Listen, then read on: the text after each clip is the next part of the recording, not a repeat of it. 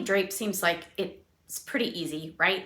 But make sure you're not making these 3 mistakes before you go to buy your next pair of drapes. The first mistake I see a lot of people make is they get the wrong size. You want to make sure you get the right height and right width.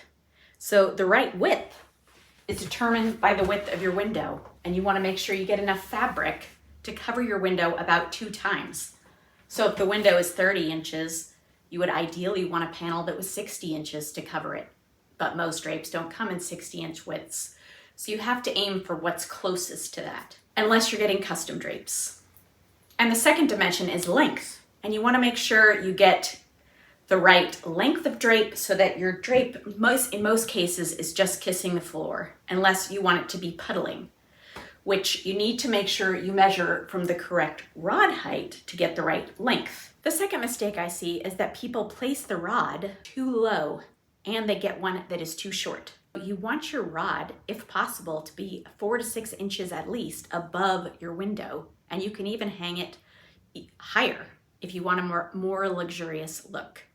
What that achieves is that it makes your window look even bigger if the drape extends above the window. But you also want to make sure that your rod extends wider than your window, and really that your drape is sitting sort of mostly hanging over the wall and not the window. This also makes your windows look bigger. And the third mistake is not considering the function of your drapes.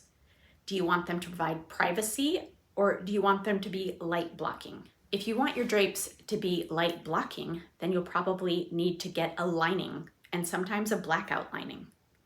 In my case, these drapes are light filtering, and that is what I love about them. So instead, I use the window shades for room darkening. But if this were a living room, I definitely wouldn't want my drapes to be light blocking, because I want to let as much light in as possible. So I'd want them to be light filtering. The other mistake related to the function of the drapes is how easily they open and close. If you have drapes that are on rings like these, they slide back and forth easily. But some of the less expensive drapes are mounted on a rod instead of being on rings, and those are more difficult to open and close. Which, if it's a room that you don't plan to move the drapes, that's fine. Consider how you plan to use the drapes before you go to buy them.